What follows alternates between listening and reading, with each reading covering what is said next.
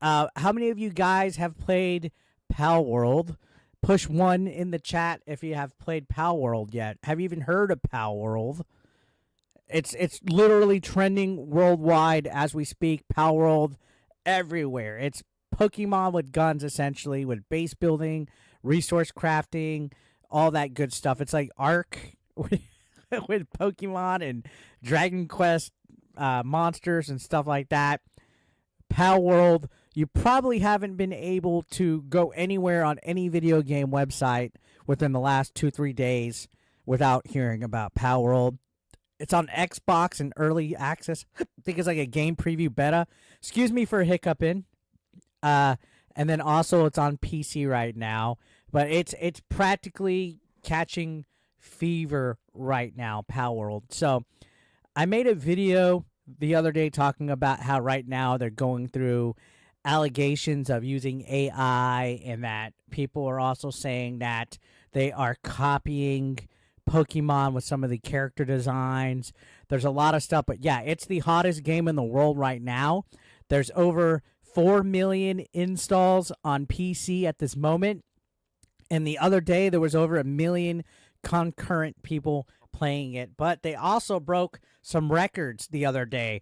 They broke an impressive Steam record for concurrent player milestones, being out some of the greatest video games of all time within the last couple of years that blew up records. So Elden Ring and Cyberpunk, which are like two of the biggest games to break Steam records previously held. So it's been achieving significant success out of nowhere. This is literally a game that came out of nowhere. It's not made by a major development studio. It's made by a small studio called Pocket Pair that have literally only worked like on a couple other games, and it is wild. So it was not at all anticipated as a standout title for 2024, and it came right out the gate. January is fucking lit. If you think about it, Xbox came away with a huge W, getting some kind of small, low-budget, low-indie title game on Game Pass. It's a Game Pass exclusive at this moment. Xbox took a chance putting it on there, and now it's like a huge exclusive, and I'm sure it'll eventually go to PlayStation. Sony would be stupid not to try to get it on there, or Nintendo. But yeah, it's quickly become a global sensation that is like at top of the charts. I think the only thing that it hasn't beat is PUBG. I think PUBG still holds a record from like 2018 on Steam when it was a paid game. It's free to play now, but I think PUBG still holds a record. But yeah, it's basically, yeah, like 4 million copies sold within just 3 days, which was reported by Pocket Pair on Twitter. And yeah, it's been called Pokemon with guns, if you guys haven't seen it. And it's blending monster catching with base building, survival stuff. It allows players to capture what are called pals. It's like the pocket monsters, the Pokemon in it, to gather materials, enhance your base. It's basically a game that I would definitely play and check out. I'm plan on streaming it soon. I enjoy these hangout and talking type of streams I've been doing. But yeah, it's basically currently past Elden Ring and Cyberpunk, and according to the Steam database, it reached a total of over 1,291,967 players, which surpassed Cyberpunk's record of 1,054,388 and Elden Ring's 953,426. So in just one day, it also surpassed Baldur Gates 3 and Hogwarts Legacy, becoming a formidable force on Steam in the gaming world. These stats that I'm looking at are like 2 days old, so it's probably increased immensely since then, because this game is gaining so much traction. It's fucking ridiculous. And it's like, somebody said it best the other day. They said if nobody's going to make a good, if Nintendo and Game Freak aren't going to make a good Pokemon game, somebody else will. And this is a definition of it, and it's been wild, right? It's been a remarkable feat for Pocket Pair. And there's been like server issues on the launch day. There's been an overwhelming demand. And you got to remember, this was unexpected. So they were not prepared for this.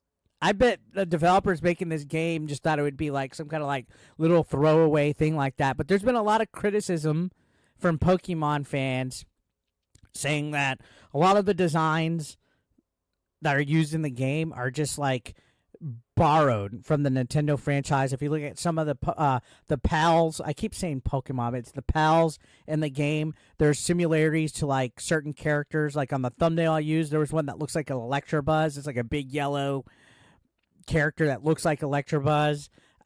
There's pals in Pokemon that are like, I guess there's designs that look exactly like the same as other ones. And I don't know. The rumor is they're using AI. I guess when you use AI, sometimes, I guess the computer or the software might use, sources for reference and inspiration. So that will be happening. But there's honestly no real solid evidence that they're using AI at this time. But it's amazing how long this game has lasted, because there's been people obviously making comments about, oh, Nintendo's gonna take this game down, Nintendo's gonna not let this last. But the CEO of Pocket Pair, which I don't know what their name is at this time, it's a Japanese, I'm sure I have it written down somewhere, said they're not worried about Nintendo coming after the game, that they feel confident enough that they've made enough arrangements and changes to it. So this game has been wild. I mean, if you think about it, maybe this is what Nintendo needed. They needed somebody to kick them in the butt and make something like this to get their attention so they won't drop the ball like they did with Scarlet and Violet.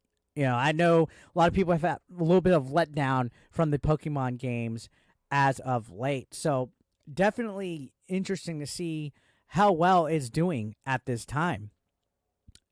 Was it a missed opportunity by Nintendo to let Palworld slip through the cracks or anything like that?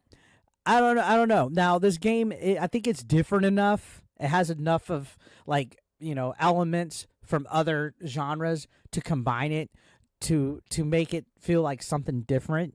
Honestly, the only thing that I really feel that's close to being Pokemon related is the fact that you capture cute little creatures. Because it has like a mishmash of everything. So interesting to see that it's gaining this much traction. I know there's been a few of my friends that don't like it at all. Like they're literally shitting on it.